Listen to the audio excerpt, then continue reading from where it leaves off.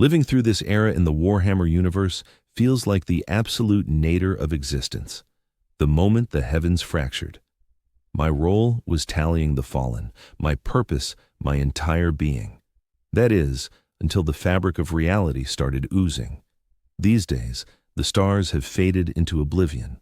That massive fissure rips through the galaxy, a gash doomed to fester forever. Down in the hive spires, supplies dwindle to nothing. The clergy howl that Judgment Day has already descended. Enforcers gun down fugitives right in the open avenues. Rumors circulate that the Emperor's radiance can't pierce our shadows anymore. Every inhale seems pilfered from a cosmos bent on our annihilation. Each dawn paints the heavens a deeper shade of blood. How much endurance does one mortal possess when the essence of creation wages total assault against our kind? On that fateful instant when the skies cracked, I was logging the deceased. They descended via freight elevators from the underhive depths, shrouded in plasteel wraps emblazoned with the Administratum's emblem. Protocol demanded ID confirmation, an official mark, and prompt dispatch to the corpse starch recovery vaults. I'd handled this routine for 17 cycles. The image on my access chit bore no trace of the current me. It depicted a figure with unclouded gaze and flesh, free from the purple veins of chemical taint. Occasionally, I'd ponder if that individual was ever real. I'm Hadron Kell, rank Epsilon in the Administratum, resident of Hive Tarantus on Nepharis Secundus. My routine stayed straightforward. I inventoried the perished. I imprinted their docket slips. I ensured the steady pipeline of biomass funneled to the recovery facilities. I collected my allotment vouchers. I rested in my allocated habitat pod. I stirred awake. I repeated the cycle day in, day out, right up to the shift when it all unraveled. The alert klaxons blared initially, their archaic wails echoing off the hive's iron framework. Then came the flare of crisis illuminators, drenching the space in a scarlet haze that lent the cadavers on my workstation an eerie flush of vitality. The Vox network hissed with interference before cutting out entirely. An anomaly. The Administratum boasted unflinching comms links, even amid catastrophic factory mishaps or labor uprisings. My timepiece caught my eye then. It showed 15 hours, 47 minutes, 22 seconds. Those digits struck me as pivotal, like a boundary slicing one era from the next. The reason eluded me still. The initial quake toppled 3 forms off their platforms. The follow-up jolt hurled me onto the ferrocrete, my garb absorbing the leaked sanitizers from ruptured vials. The next disturbance wasn't motion at all. It burrowed into my mind, a building force, an intrusion. Metallic tang coated my palate, laced with an odd sweetness underneath. Peering through the reinforced pane of Chamber 12, I watched Night Overseer Madame de Salle collapse to the ground. Crimson seeped from her auditory canals. Her lips parted, yet no cry issued. Instead, scarlet moths fluttered free. Fashioned from the tatters of her own speech organ, they dispersed skyward, vanishing like vapor. I rubbed my eyes, and there she stood, pounding her data slab in frenzy, nasal hemorrhage unchecked. The chamber's hollow emitter sparked awake. It beamed the resolute visage of Lord Governor Allison, etched in azure glow. His mouth moved, but silence reigned. In the backdrop, indistinct outlines hinted at custodies armored for conflict. The projection frayed into noise, then stabilized on an orbital relay stream. The sight defied comprehension for someone versed solely in death's paperwork. The emptiness over our planet had ruptured. A vortex of churning hues spanned the void, throbbing with aberrant radiance. Its allure brought tears and gut-wrenching revulsion. Vessels ignited in the abyss, mere sparks dwarfed by that stellar rent. The transmission died, illumination vanished. Amid the black glow stemmed solely from backup lamps in the outer observation slits. Beyond them, the nocturnal vault had transformed. Former starfields now formed a band of surreal pigments arcing end to end. "The Emperor shields us," murmured a shadow in the void. Perhaps my own voice. "The Emperor lies slain," countered an unfamiliar tone. Blasphemy, yet no one stirred to pinpoint the offender. As lights reignited, the chamber felt altered. The remains on their rests appeared to scrutinize us through milky orbs. Madame Desal had vanished, save for a smear of red specks tracing to the main entry. The hollow unit looped the administratum insignia, rotating under the creed, serve in life, serve in death, the system safeguards. The vox screeched back online amid distortion. Citizens of Hive Tarantus, attend. This constitutes an urgent alert from the Governor's Bureau of the Lord Governor. Stay at your designated stations. Carry on with your designated tasks. Any departure from orders will result in swift execution. The God Emperor oversees his devoted followers. The Great Rift serves as a trial of devotion. Repeat, this is an emergency transmission.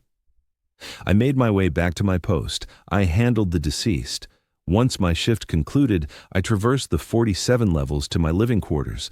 The elevators were off limits, except for individuals with gamma clearance or above. Typically, the hallways in the living blocks buzzed with laborers shifting between work periods. But that evening, they lay deserted, save for the sporadic patrols of arbitrators, their shock malls energized and primed. My designated bunkmate, Thaddeus, was absent from our unit. His bedding sat untouched, which struck me as out of character for him. Thaddeus labored in air purification, maintaining the breathable quality of the mid-hive atmosphere, however unappealing it might be.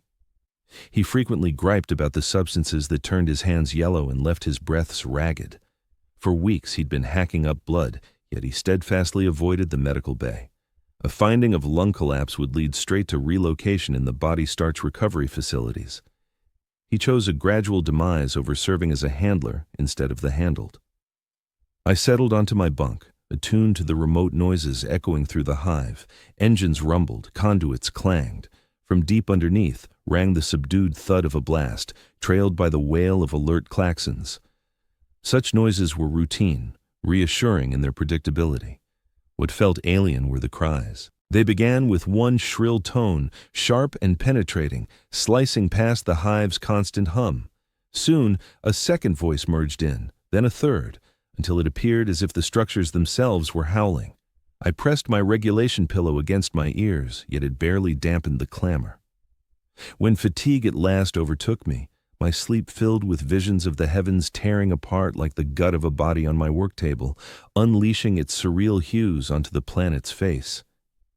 In that vision, the shades coalesced into limbs that extended to stroke the hive's towers, distorting them into wriggling vital forms. I stirred awake to my alert chime. My voice box felt scraped, as though I'd been the source of the yells. The routine invocation to the God Emperor illuminated the data slate next to my bunk. I murmured it by rote, the phrases hollow yet essential. Skipping the dawn rituals would draw scrutiny from the Adeptus Ministorum and perhaps the enforcers. Thaddeus had yet to appear. His prayer log stayed blank, a risky lapse. I pondered alerting authorities to his whereabouts, but held back. Notifications generated records. Records bred responsibility. Within the administratum, responsibility trickled down, not upward. Should Thaddeus have escaped or perished, I sought no involvement in the fallout. The shared sanitation areas teemed with the usual throng. The flow lasted exactly 90 seconds, scarcely sufficient to wash off the prior day's filth. The liquid carried a rusty hue and reeked of metal mixed with a cloying, decaying undertone. Nobody remarked on it. Nobody uttered a word. Exchanges might get eavesdropped, noted, filed. As I headed toward the descending platforms for sub-level processing room 12, the corridor's Vox units relayed the daily bulletins. Citizens, your food quotas have dropped 17% owing to logistics interruptions. The Emperor prizes renunciation. Fidelity brings its own boon. Anyone caught stockpiling or pilfering supplies faces instant termination. Labor schedules now stretch an additional 3 hours each cycle pending updates. The Great Rift demands heightened output. Your adherence glorifies the Golden Throne. Travel across living zones is halted for now. Confine yourselves to your sectors. The Emperor shields the compliant. The platforms operated, though at a sluggish pace compared to normal. Peering through the tiny marred window, I glimpsed hive sections that ought to have thrummed with motion, now silent and void. As we dropped lower, I spotted enforcer barriers sealing off whole tiers. Beyond them, I believed I detected shapes clad in hazmat gear from hazard response squads. Sub-level processing room 12 swarmed with more activity than ever before. The tables overflowed with remains, while extras piled on carts lining the passages. Madame de Saulles had resumed her position, her complexion ashen but steady. The stains on her attire had been scrubbed, though a subtle mark lingered at her neckline. She avoided eye contact as we assumed our spots. "Accelerate the handling twofold," she declared tonelessly. "Skip identity checks. Route every body straight to recovery protocols without delay." This broke all protocol. The Imperium's red tape insisted on exhaustive logging, particularly for fatalities. Each subject's corpse required confirmation, their contributions to the realm tallied, their DNA extracted for purity verification, their demise levies imposed on the kin who remained. Bypassing these protocols wasn't just atypical, it was outright sacrilege. Nobody raised a voice in dissent. We labored quietly, shifting the corpses from the tables onto belts that fed them into the recycling vaults. I kept spotting peculiar traits amid the deceased. Numerous bodies bore no clear signs of how they'd perished. Certain ones displayed odd imprints on their flesh, resembling welts arranged in formations too precise for chance. Others bore visages locked in such abject horror that I averted my gaze from them outright. Time dragged on. My palms became greasy with the seepage from the cadavers. That metallic tang of blood resurfaced on my tongue, despite having eaten only my standard dawn serving of sustenance slurry. The overhead lights stuttered now and then, and with each glitch, I imagined stirrings among the unhandled remains. In a short lull as technicians fixed a stalled belt, I ended up next to Weber, who'd handled remains at the adjacent post for years I could recall. Our exchanges had always stayed to the bare essentials of the job. This time, he bent in near me, his exhalation warm on my cheek. "Whispers are circulating," he murmured, "that the Astronomicon has dimmed. No beacon from the throne. The Navi's families wander sightless." I pulled back from him. Chatter like that invited peril. Should the master of mankind cease guiding passage across the immaterium, then every soul in the human realm floated adrift and isolated amid the shadows. The notion was beyond comprehension. Voicing it smacked of betrayal. Weber caught the dread in my stare. He drew himself up, slipping back into his dutiful poise. "For the God Emperor," he declared firmly, pivoting to his duties. "The God Emperor safeguards," I responded on instinct. Yet, as I resumed handling the ceaseless procession of the fallen, an intrusive idea burrowed into my thoughts, persistent and unshakable. Should the Astronomicon have truly extinguished, the Emperor might no longer perceive our presence, and without that vigilance, how could he shield us? The belt jolted alive once more. I pressed on with my labor, shoving the heretical notion aside, concentrating on the rote actions of my limbs. This defined endurance within man's dominion. Bow your head low, fulfill your duty, refrain from inquiry, shun curiosity, limit your mind to the confines of your role. Still, as I dealt with the deceased, I couldn't ignore the persistent crimson haze from the backup illuminators. Beyond the narrow observation slits, the heavens stayed rent asunder, oozing unnatural hues into the abyss. A profound shift had gripped the stars, and in the marrow of my core, in some instinctual recess, I sensed that the cosmos had altered irrevocably. The duty cycle, meant to conclude at 12 hours, dragged to 15, then 18. No replacements showed to relieve us. Madame de Saulles issued no directives, merely gesturing at the swelling queue of bodies whenever someone seemed poised to halt. My digits turned leaden. My spine howled in torment. The respirators shielding us from the reek of decay and reagents grew sodden with perspiration and exhalations, rubbing sores into flesh that had evolved from irritation to searing torment. It was in the 19th hour when the initial uprisings erupted. The clamor reached us first, a remote thunder of mortal cries that swelled relentlessly. The handling vault lacked outer barriers, so the hive's avenues stayed hidden from view, yet the noises painted their narrative. Yells, shattering panes, the sharp reports of enforcer rifles, the hum of anti-grav sleds as troops descended from upper tiers. Madame de Saulles triggered the lockdown measures. Reinforced panels slid down across the vault's access points. The announcement network kept piping messages of calm, insisting order prevailed, the unrest was trivial and corralled, that faithful subjects faced no peril. We kept at the grim task, By the 23rd hour, not even Madame de Saulles could feign normalcy. "Cycle over," she proclaimed. "Head to your allotted domiciles. Double allotments granted for your prolonged effort." Skepticism met the vow of added provisions. The bureaucracy didn't bestow favors. It simply spared reprisals for passable output. The panels rose again. We shuffled into halls that ought to teem with motion, but instead echoed with unnatural hush. Alert lighting threw scarlet silhouettes, warping known routes into hostile unknowns. The elevators stood inert. We'd descend on foot to our quarters, ascending countless strata via service ladders designed for sparse use, not crowds. I grouped with Weber and 4 fellow handlers. Conversation eluded us as we ascended. Solely our heaving breaths and the far-off tumult of the disturbances filled the air. At Stratum 39, we met an enforcer barricade. The obsidian-clad sentinels scrutinized our ident chips without a word, their features concealed by mirrored visors. The figures advanced. A dark stain marred the chest armor of one, appearing recent. "Curfew starts in 20 minutes, the chief enforcer declared. Any individual spotted beyond their designated living quarters post-curfew will be deemed involved in rebellious actions and handled as such. We pressed forward, our weary limbs suddenly invigorated. The passage connecting floors 42 and 43 lay obstructed by rubble from a fallen barrier. We had to veer into a maintenance tunnel that took us by the access points of multiple residential sectors. The portals to Hablock 42 Delta hung ajar. Through them, I glimpsed upended furnishings, shattered datapads, and surfaces etched with unfamiliar markings. No inhabitants appeared. In the midst of the shared space, a cleric of the Adeptus Ministorum wielded a detector spewing dense vapors of incense. He intoned a ritual, his tones undulating in a cadence that sent shivers across my flesh. We quickened our pace, avoiding any notice from the holy man.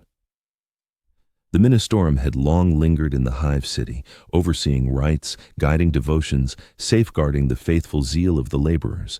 Yet their prominence had surged, their interventions more overt, ever since the heavens tore asunder. Upon arriving at level 47, we encountered the path to our residential sector, patrolled by a detachment of local enforcers. These were typical laborers, not enforcers of the law, though the same steely resolve burned in their gazes. As we drew near, one moved to intercept us. "Show your credentials," he ordered. We displayed our identifiers. The guard examined mine intently for several seconds. "Padron Kell, Administratum Clerk, rank Epsilon, in Processing Hall 12. You've returned past your scheduled time." "Overtime and data handling," I answered evenly. "Madame de Soult can confirm." He regarded my features before giving a curt approval. "Records indicate your cohabitant as Thaddeus Gorn." "Accurate?"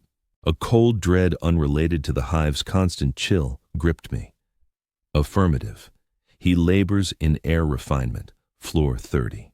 Thaddeus Gorn faced detention today on charges of insurrection and inciting fear. He alleged alterations to the air systems for dispersing toxins across the spires. He's been moved to enforcer detention for questioning.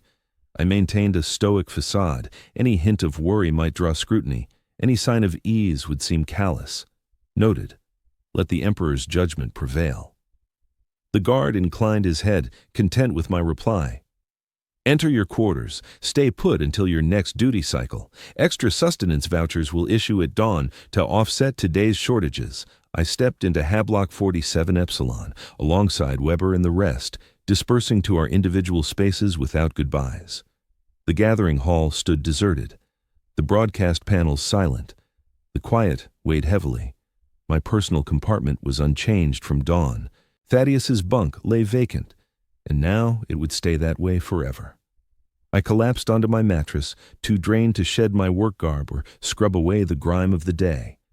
I ought to have reacted to Thaddeus's fate, perhaps anxiety for my security as his associate, or gratitude that his misdeeds hadn't ensnared me, or fury at his reckless outspokenness. Yet only a numb resignation settled in. Such was existence within the Imperium. Citizens vanished. The wheels of administration turned relentlessly. Sleep must have overtaken me, for cries jolted me awake. At first I mistook them for echoes of the unrest in my dreams, But these wails were nearer, originating right inside the residential block. I bolted upright, uncertain of my next move. The prudent path, the secure one, demanded remaining sealed in my space, feigning ignorance. Yet I crept to the portal, easing it ajar to scan the hallway. Similar gaps appeared in neighboring entries, wary gazes peering forth. At the passage's distant end, one door gaped wide, illumination pouring out, silhouettes shifting inside. The cries had ceased, supplanted by a moist, rasping noise. An enforcer strode from the threshold, his plating streaked with new gore. Two others followed, hauling a form between them. In the faint glow, recognition dawned slowly on the mangled corpse of what once was human. The visage obliterated, the torso rent apart. Gender eluded me. Probable exposure to warp influence, proclaimed the commanding enforcer, his proclamation resonating along the hall. The corruption stands purged. Resume your slumber. The Emperor safeguards. The portals lining the way snapped shut swiftly, mine among them. I withdrew to my bunk, pulse racing, warp contamination. The phrase reverberated in my thoughts. We all shared the tales, the hushed tales of perils when the veil separating reality from the warp thinned.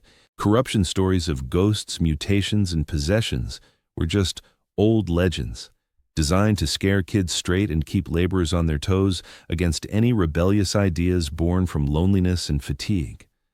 They weren't meant to actually happen.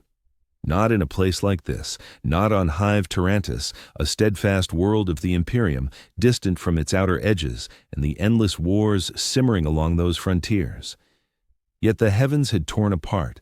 They named it the Great Rift, and suddenly everything felt unpredictable. I stayed up through the night until the dawn siren blared, murmuring the oaths of devotion I'd memorized as a child. The Emperor safeguards. Watchfulness forms our defense. Belief serves as our protection. The phrases offered little solace, yet their steady cadence warded off darker, riskier notions. During my daily rite of prayer, I spotted an extra line added to the usual litanies. The time of trial has arrived. Hold steady in your devotion. Alert authorities to every hint of decay, loyalty to the end. The shared bathing areas were barely occupied. The liquid pouring from the faucets carried a clear rusty hue and reeked of harsh compounds. It coated my skin with a greasy, tainted residue. Nobody uttered a word. Nobody dared glance at another. As I headed toward the elevators, the public address systems droned out fresh mandates. Citizens, heed this. Owing to persistent safety issues, travel between residential sectors is banned for all but vital staff. Labor rotations proceed on time. Failure to report to your station counts as defiance of imperial decree. Supplies of water are restricted. Air systems run at lowered output. Make every inhalation count. Notify the closest Ministorum cleric of any odd visions or ideas. The Emperor's radiance pierces the gloom. The elevators hummed back to life, though each now held a stoic enforcer, ever observant. Dropping toward preparation level 12, I saw that swathes of the hive's inner glow had flickered out. Vast areas plunged into shadow. Elsewhere, backup illuminators bathed surroundings in a crimson haze. Peering through the narrow window, I glimpsed shapes shifting in the murk. A few donned the garb of repair crews or the vestments of Ministorum clerics. The rest sported attire unfamiliar to me, their outlines oddly twisted, like reflections in a bent mirror. Overnight, preparation level 12 had transformed. Surfaces bristled with sanctity wards, parchment ribbons inscribed with supplications and vows of piety. Sensors dangled at every doorway, pumping out thick, acrid fumes that clawed at the lungs. Servo skulls drifted between the workbenches, daubing machinery with holy unguents. At the heart of the room loomed Madame de Soul, flanked by a Ministorum cleric and a pair of enforcers. Her complexion had drained to ashen, her gaze hollowed by weariness. Her words emerged brittle with tension. Workers, listen up. Prior to starting tasks, Confessor Drouse shall guide our communal invocation and conduct the cleansing rituals. Attendance is compulsory for all. The cleric advanced, a lanky, skeletal figure. His cybernetic optics emitted a soft azure shimmer. His garments displayed the emblems of the Adeptus Ministorum, alongside cryptic sigils I couldn't place. His tone echoed with an eerie multiplicity, as though layered choruses intoned through his lips. Quote Derolu, he intoned, lifting his arms. Quote 1. In sequence, we approached to genuflect before the cleric. He'd rest his palms atop each head, locking his luminous implants onto their stairs. A few received mere approval and stepped back. Others, the enforcers, pulled away for further interrogation. My moment arrived. I dropped to my knees as ordered, fixing my sight on the floor. The cleric's touch chilled my brow, his grip digging deep to spark discomfort. Quote 2, he ordered. I lifted my gaze to confront his augmented scrutiny. The cerulean light flared, drilling into my mind like a probe. A mounting strain swelled within my sockets, an invasive probe that transcended mere flesh. Your bunkmate embraced heresy, the cleric stated. He disseminated falsehoods regarding the air recyclers. He challenged the emperor's rule. Did his treason infect you? Did you nurse his skepticism? No, confessor, I answered, my tone firmer than anticipated. I uphold the emperor's will without fail. I execute my roles diligently. I pose no inquiries. And your visions in sleep, Hadrikel? What visions haunt you since the firmament altered? The probe unsettled me. I paused, the memory flashing of vibrant hues descending to coil around the hive's towers. Deceit toward a ministorum cleric spelled blasphemy, revealing those reveries courted peril. I envision labor, confessor, I responded with precision, handling the fallen, upholding the Imperium in my role as I've always handled it that way. The ache pressing against my temples grew sharper.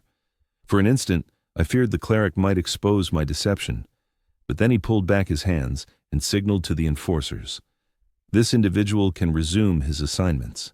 The corruption is slight. Heightened acts of piety ought to be enough.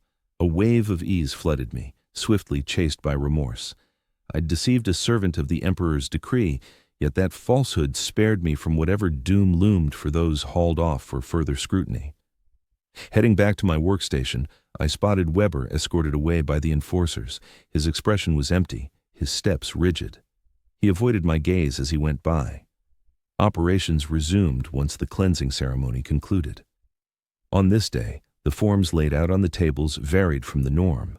Plenty displayed evidence of brutality. Enforcer blasts from shotguns, scorches from stun rods.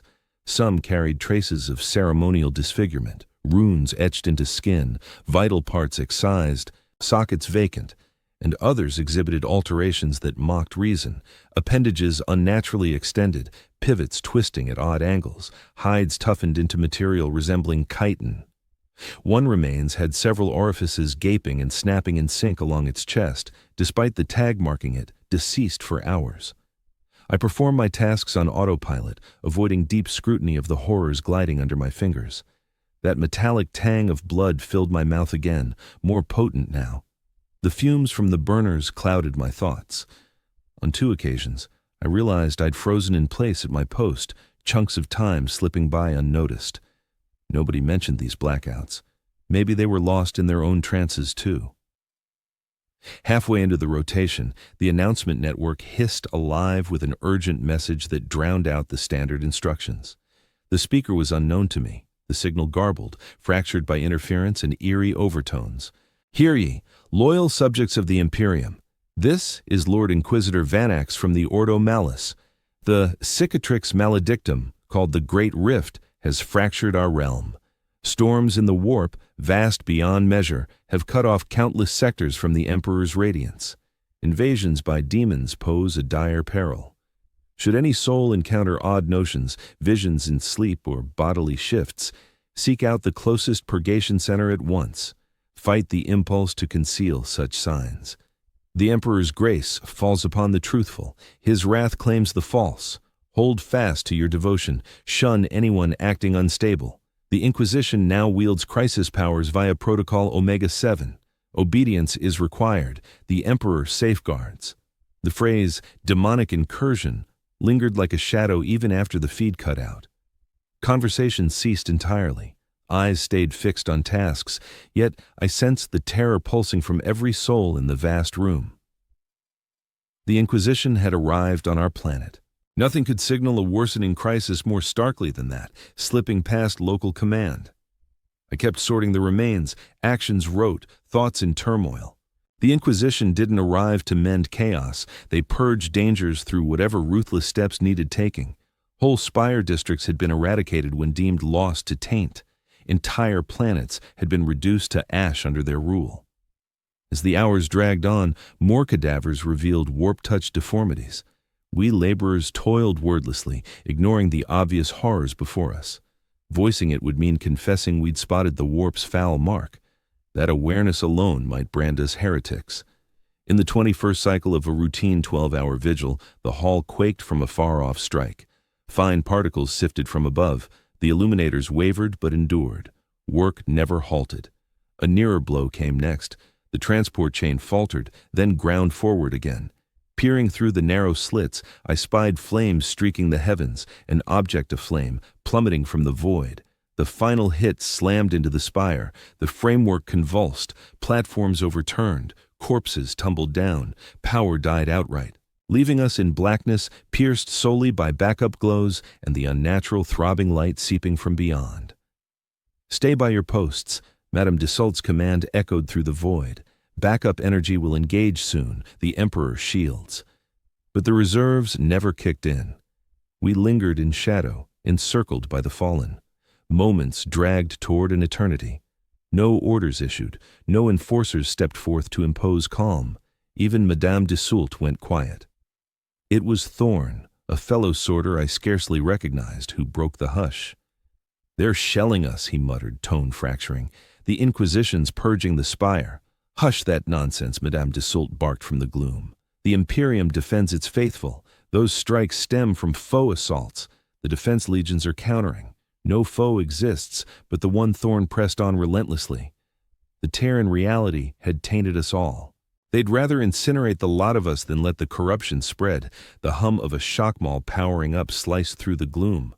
A fleeting azure glow lit up Madame Dassault as she closed in on Thorn. "Quote fouf," she intoned, her tone eerily serene. Before she could close the distance, the lights blazed back on, bathing the room in stark brightness. Yet everything felt off. The illumination carried an unfamiliar sheen, a wavering iridescent hue that stung the eyes. The atmosphere appeared to bend and curl, producing warped visions where the processing area looked elongated and squashed at once. Madame Dassault halted mid-stride, her weapon poised high overhead. Her gaze stretched wide as she peered beyond Thorn, beyond everyone, toward the chamber's distant barrier. I whipped around to trace her stare. That barrier had vanished. Instead, a undulating veil of power shimmered there, a towering cascade of those same unnatural shades that had ripped the heavens apart. And emerging from this tier came beings beyond the grasp of any mortal psyche. They glided with a fluid elegance that mocked the rigidity of bodies, their shapes morphing and reshaping with every shift.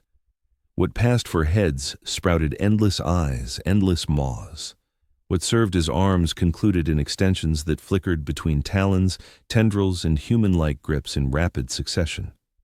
They exuded an aura that bore down on my thoughts like an anvil on the verge of pulverizing my reason with ideas no human tongue could name. "Demons," murmured Madame Dassault, the maul slipping from her limp grasp. "Emperor, shield us, the shroud has broken." One of those bizarre forms pivoted toward her. I couldn't convey its visage, since it possessed countless and zero at once. It emitted a noise that could pass for language or the agonized wails of countless tormented spirits. Madame Dassault's frame twisted violently, her back bowing until it fractured with a sharp snap. Her skin undulated under her attire, then exploded in a gush of gore and innards. In her spot now loomed another such being, draped in tatters of her garb as a grotesque parody of imperial command. Chaos broke loose. The workers bolted for the doorways, only to discover them locked tight. Enforcers materialized, blasting away with their scatterguns at the intruders. The projectiles sailed harmlessly through the daemon substance without impact. The horrors retaliated with motions that reduced the enforcers to puffs of crimson vapor, their gear tumbling hollow to the ground. I remained rooted, incapable of fleeing, not even able to cry out. One of the demons drifted my way with that eerie smoothness, It reached out an appendage ending in something akin to a palm, bearing excessive digits, each crowned by a tiny orifice. The orifices chattered together, the phrases skipping my hearing to etch straight into my brain. The stars have shifted. Tiny tally keeper of the fallen, the walls grow frail, the emperor starves. The formerly unthinkable has become destiny. What shape will you take in this altered cosmos? Will you grasp at your decaying deity, or welcome the splendor of change? My lips parted, yet silence held. The creature's essence hammered at my awareness, probing for a way in. I sensed my ideas splintering, my identity starting to unravel. Then, a fresh jolt hammered the hive nearer than before. The ground heaved, conduits ruptured, belching vapor and toxins. The demon facing me flickered, its outline turning see-through for an instant. It rasped in apparent irritation or agony. Quote 8. The being retreated, surging back to the gash in existence. The rest trailed after, hauling wailing workers into that unfathomable gateway. Then the rift imploded, the world reasserting itself with a boom that pulverized all fragile surfaces in the space. I collapsed to all fours, blood trickling from my ears, encircled by the slain and the wounded. Workers sprawled where they'd dropped, some felled by the demons, others by hurled wreckage or the backlash from the closing tear. The bodies meant for handling were scattered amid them, now no different from the newly lifeless laborers. Peering through the fractured observation windows, I spotted Imperial vessels overhead. The signature blunt noses of Navy frigates, the squat outlines of soldier transports. Beams sparked as energy barriers deflected assaults from hidden foes. The comms network crackled alive, the broadcast fractured and garbled. Evacuate at once, essential staff exclusively, quarantine measures engaged, Emperor grant us grace. I hauled myself upright. The handling area lay devastated. The doorways stayed barricaded, though the barriers had torn open in spots from the blast of the demon rift ceiling.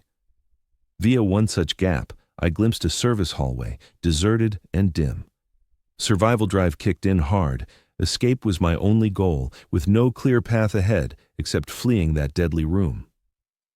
I forced my way through the ragged breach in the wall, slicing my palms and cheeks on mangled steel. The hurt felt remote, irrelevant. I lurched along the service tunnel, drawn by the dim light of backup lamps. Reason had fled. I operated on raw impulse, where nothing counted but keeping in motion. Onward, relentlessly onward, fleeing doom, chasing life, if such a concept lingered in a reality grown twisted and untrustworthy. The tunnel opened into a crossroads. Conduits snaked everywhere, ferrying the hive's vital flows: water, electricity, sewage. Vapor escaped in sharp bursts from damaged casings. I'd never set foot in these zones before. Such vital lines were the domain of authorized repair teams with elite access. In the Imperium, wandering into restricted sectors could be a hanging offense, but rules paled against the raw need to endure. I picked a route blindly, taking a passage that inclined skyward. Ascending led toward the upper strata of the hive, realms of purer atmosphere, where aristocrats and senior administratum officials resided. Sense dictated they'd be pulled out first, assuming any exodus was truly happening. Where the elite fled, refuge might trail behind. The passage terminated at a massive steel portal. It displayed the skull and gear emblem of the Adeptus Mechanicus. I paused. Venturing into the tech priest's territory risked horrors surpassing what I'd just escaped. Their mysteries were fiercely protected, their rituals strange even amid the Imperium's oddities. Yet another jolt rattled debris from overhead, the tremor rippling up through the deck plating. Delay was impossible. I shoved at the portal. It held briefly, then yielded smoothly. Inside stretched a vault crammed with unfamiliar devices. Cogitators flanked the walls, displays alive with cascading code. Thick cables dangled from above, throbbing with power. The atmosphere carried the sharp tang of ionized air and holy oils. No humans stirred within, though it wasn't deserted. Servo skulls floated lazily, their optic sensors shining crimson as they executed routines.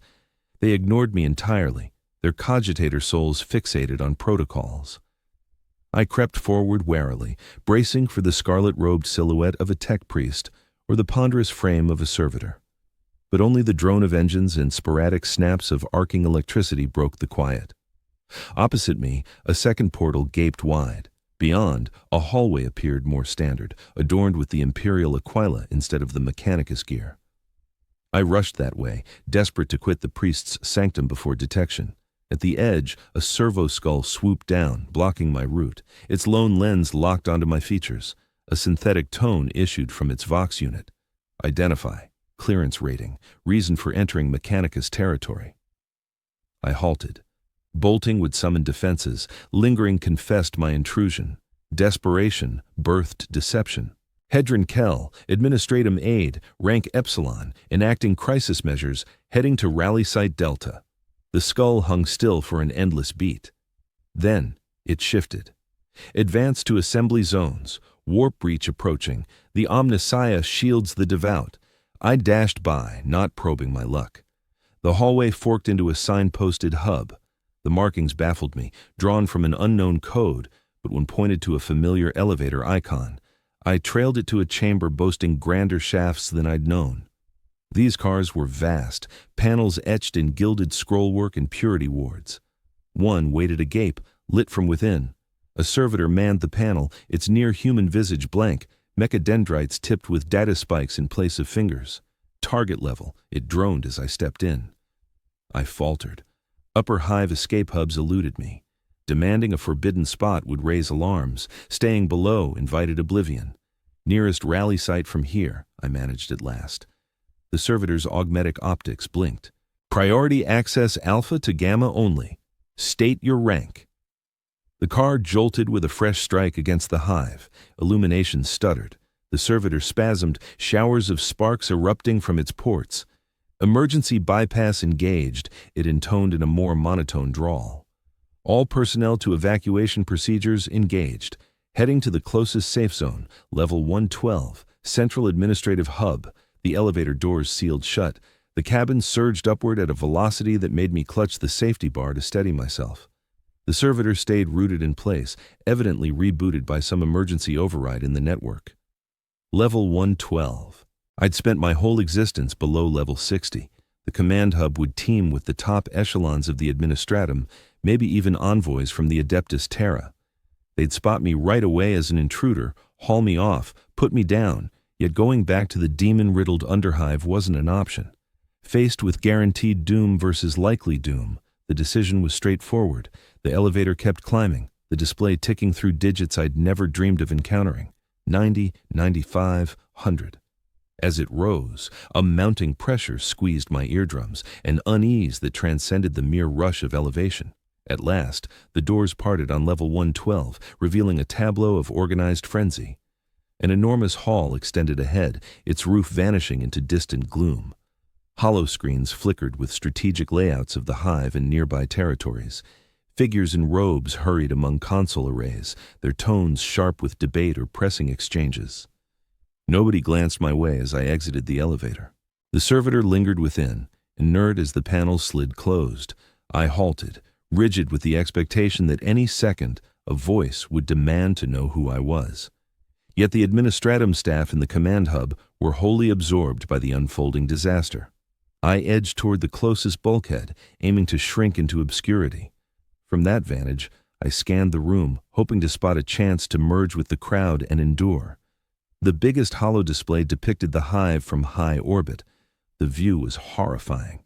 The great rift loomed across the heavens, its churning hues now extending writhing filaments toward the world's crust. Several rupture sites blazed with eerie radiance, indicating spots where the divide between reality and the warp had shattered utterly. One throbbed right at the foot of Hive Tarantus. Quote 10. Declared a person clad in the ornate garb of a high-ranking administrator.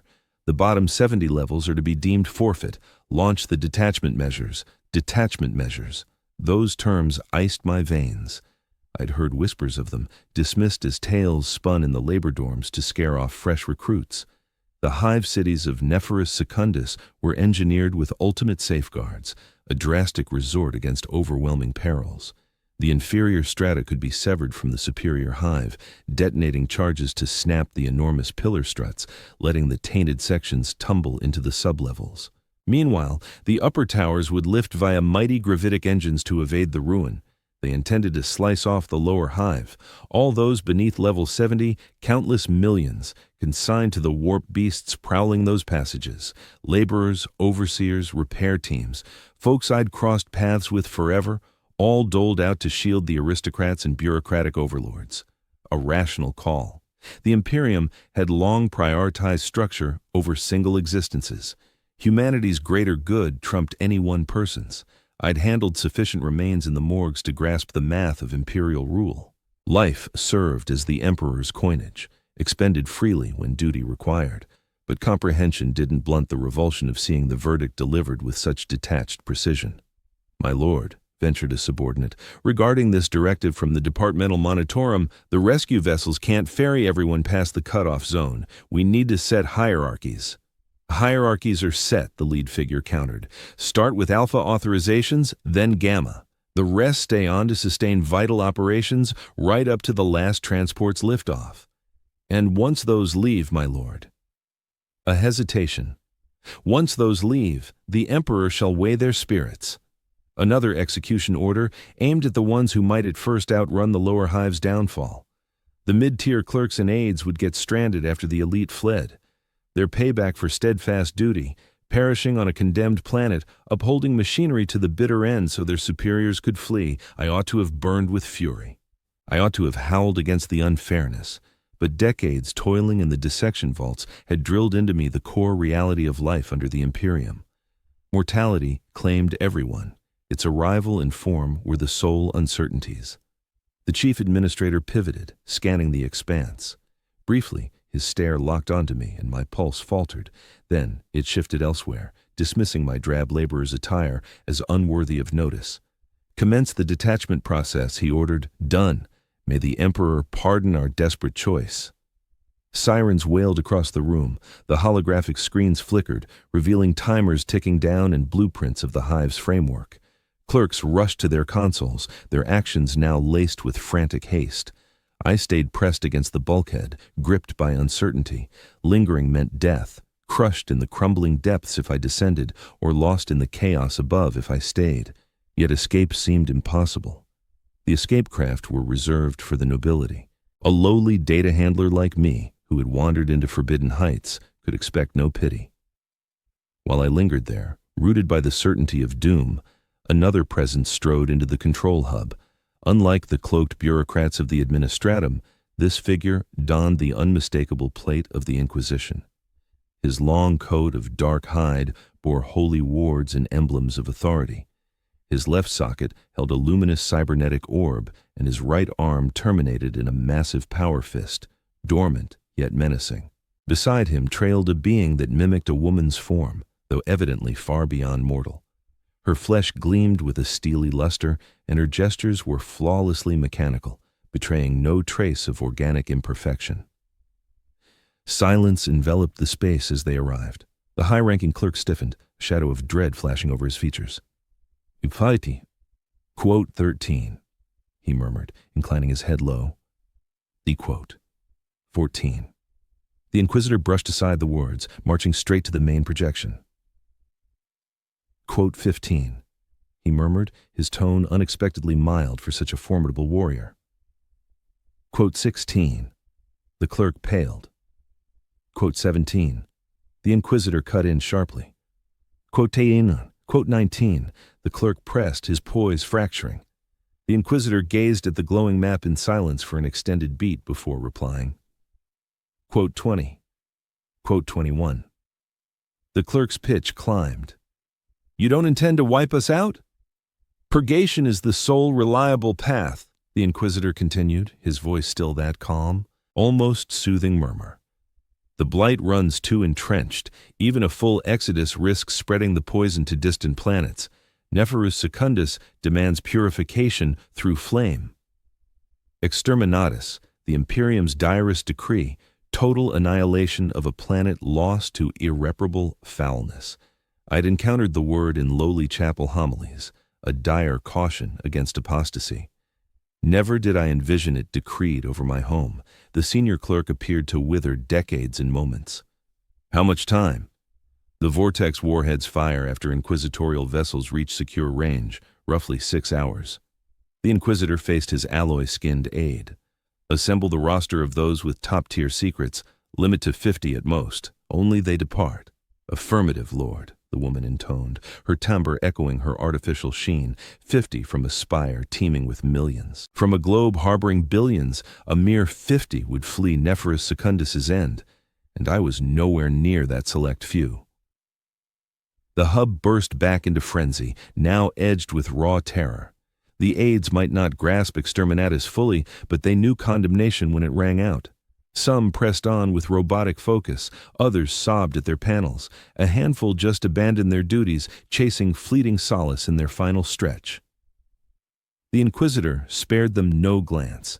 He signaled the projection tech. Quote 29. The image reformed, marking scores of spots across the hive where the veil of reality frayed.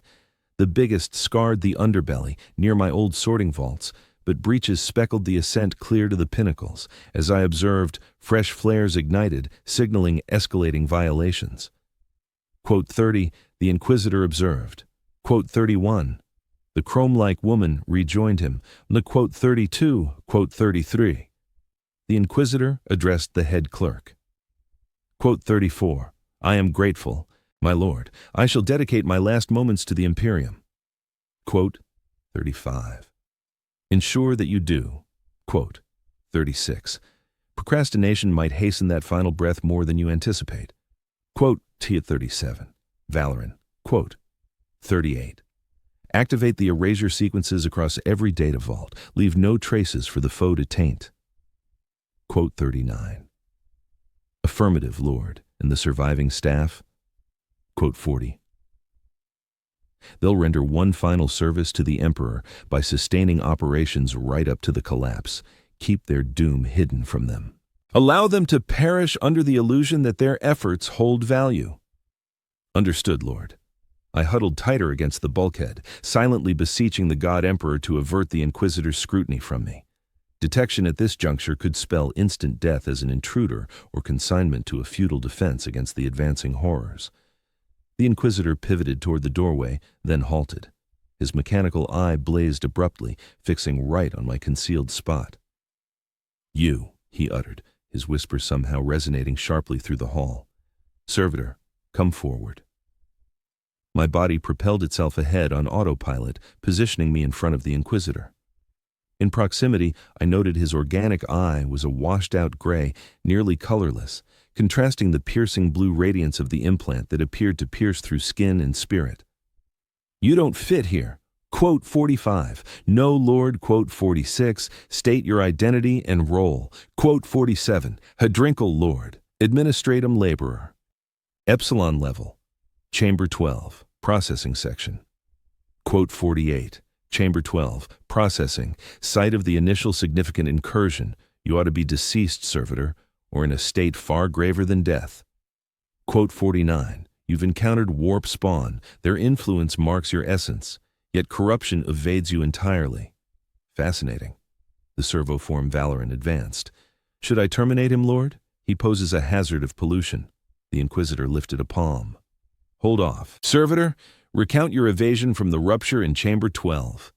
I gulped, parched with terror. I escaped via a service tunnel, Lord. Once the fiends pulled back post the blasts, the Inquisitor's tone grew keener. They weren't eradicated, they withdrew by choice. Quote 55. Yes, Lord. Quote 56. Utter without restraint. Quote 57. Your account could decide a swift end or the torments reserved for apostates. Quote 58. They claimed the anathema's followers endure, yet the deluge cannot be stemmed eternally. One addressed me personally. It inquired what form I'd take in the emerging order, whether I'd grasp the cadaver deity or welcome metamorphosis. The Inquisitor and Valoran shared a look. An unspoken exchange flickered between them. The anathema, the Inquisitor whispered, the heretics slur for the Emperor. They dread him yet. He redirected his attention to me. "And your reply, servitor?" "I offered none, Lord. The detonation struck, and they receded." The Inquisitor fell quiet for an extended beat, appraising me through both gazes. Then he addressed Valoran. "Include him on the extraction roster." Valoran's alloy visage betrayed astonishment. "Lord, this laborer confronted warp abominations and retained his reason and devotion. Furthermore, the fiends engaged him outright, implying they discerned worth in him. Transport him to the inquisitorial bastion for deeper examination." My thoughts spun in chaos. Extraction. I'd joined the 50 permitted to flee the fall of Nephirus Secundus. Yet the inquisitorial stronghold promised inquisition, perhaps mind-probing rituals that shattered few survivors' wits or forms. "My thanks, Lord," I uttered, uncertain of protocol. The Inquisitor's fleshly eye tightened. "Withhold gratitude for now, Hadrinkle. Endurance isn't invariably a boon. Valoran, escort him to Site Alpha. Enforce total quarantine measures. Isolate him until arrival at the Inquisitorial Citadel." Quote 67. "Compliance, Lord."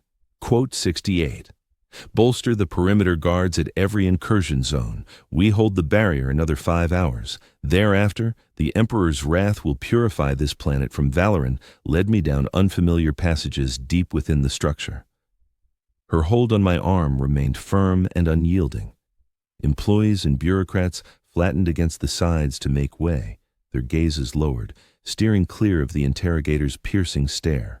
No one dared inquire about a lowly laborer in a grimy refinery jumpsuit being accompanied by someone of her stature.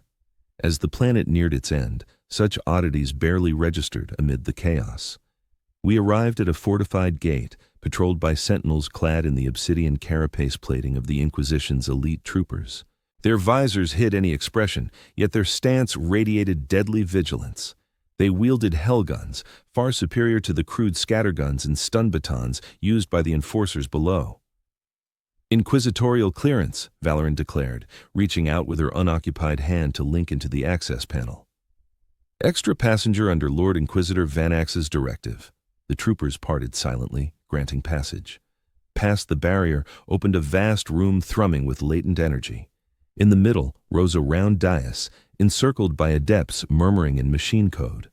A shimmering distortion hovered over it, marking the workings of a teleportarium, an arcane device so exceptional and revered that few in the Imperium ever witnessed one in their lifetime. Fellow survivors lingered nearby, their expressions a blend of gratitude, remorse, and dread. I spotted the high-ranking clerk from the control hub among them. He shot me a brief, puzzled look before ignoring me as insignificant. Valoran let go of my arm. "Stay put. When they summon you, board the teleporter. Follow no other actions. Speak to no one. Any breach means instant execution." "Understood, ma'am," I answered, falling back on the polished protocol drilled into me during decades of clerical duty. She scanned me once more with those augmetic lenses, then strode off to consult the adepts. Left isolated amid the upper echelons, I awaited relocation to whatever doom lay ahead. As my homeworld edged toward oblivion, the atmosphere in that space warped perception of time. Groups of evacuees advanced in batches. Each activation intensified the device's drone, the ether above the dais wavering like a mirage prior to their sudden disappearance in blinding bursts. Certain individuals materialized howling, writhing in torment until attendants subdued them. Some slumped lifeless or insensate. A handful staggered off unaided, though their steps faltered. The adepts offered no clarification, their digital litanies unbroken. The perils of transference were deemed essential trade-offs. In the grim math of escape, enduring torment for a shot at life trumped inevitable annihilation. The enclosure quaked now and then from orbital strikes battering the spire. I braced each time for the barriers to rupture, exposing us to the horrors again, but the elevated tiers held stronger defenses than the depths. The perimeter lines endured, at least temporarily. The chief clerk moved up with his aides. He adjusted his attire, gripping a data slab like a sacred relic against his torso. Boarding the dais, he turned to the remnants. Quote 73, he intoned, his tone resolute even as terror flickered in his eyes. The mechanism engaged, the distortion pulsed. He and his escorts dissolved in a glare that seared echoes onto my retinas. No cries echoed, no spasms followed. Maybe divine favor had spared them, or their ordeal awaited arrival instead of the voyage itself. The roster shortened steadily. The adepts' chants accelerated into frantic patterns, their code pulsing with haste. One addressed Valoran in low Gothic, abandoning the cant. The window narrows, operative. Warp distortions mount by the moment. The array will fail imminently. She inclined her head. Hasten it. Get the rest through before the link severs. The adept inclined in deference, then faced the cluster. Upcoming designations. Advance without delay upon hearing yours. Invocations sped up. Survivors rushed the dais with scant readiness. Discharges multiplied. Wails intensified. Medical staff operated with robotic precision, hauling off the afflicted arrivals, shrouding the fatalities who perished en route. Next, the adept intoned at last, I advanced on instinct, feet carrying me onward. The dais vibrated underfoot, static charging the air, raising gooseflesh and stiffening the fine hairs on my limbs. The adept's recitations swelled, urgent and commanding. Quote 78. Valoran instructed, her synthetic timbre flat and impassive. The passage discomforts, anchor to one idea. It helps keep your mind steady while you're in transit. Before I could even reply, the teleportarium kicked in.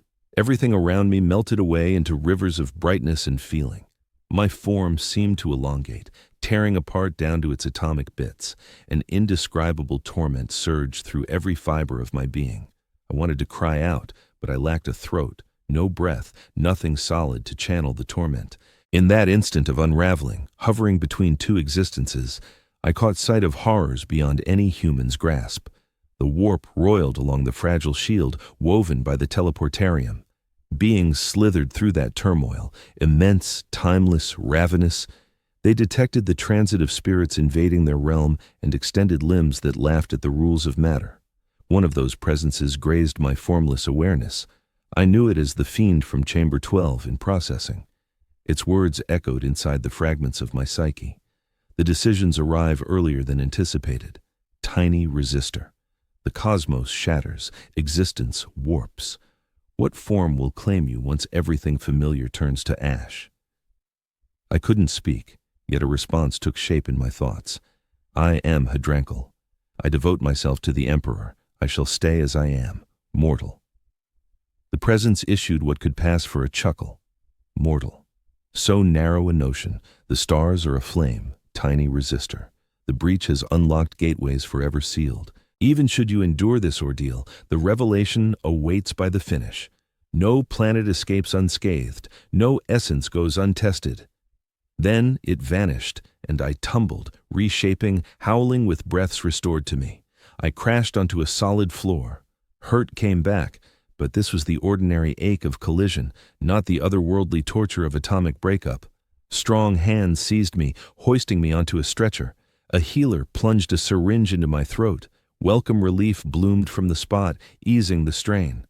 A figure loomed over me, details smeared by the tears of suffering I hadn't noticed flowing. Surprisingly whole, a voice noted. Scant bodily harm, psyche needs evaluation. Someone else chimed in. High priority Inquisitor asset. Move to locked containment after steadying. The overhead panels slid by as the stretcher rolled ahead. I spied arches of steel, sanctity markings, the telltale design of a starship's innards. I'd arrived. I'd fled the crumbling planet of Nefaris Secundus. Yet the demon's message lingered in my dimming mind. The stars are aflame. The breach has unlocked gateways forever sealed. No planet escapes unscathed. I shut my eyes, yielding to the soothing hold of the sedative the healer had given.